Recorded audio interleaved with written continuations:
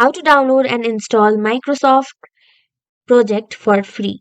Hello everyone, this is Sabrina here to help you today. So without any further ado, let's get right into the video.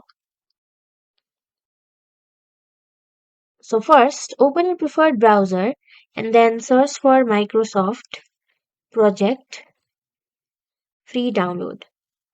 Now you will get to this interface, and after that go to install project. Now make sure your PC meets the system requirement. And after all these, all you have to do is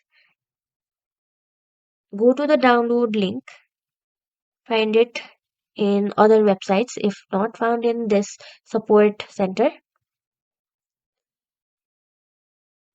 Simply search for project Microsoft download, and then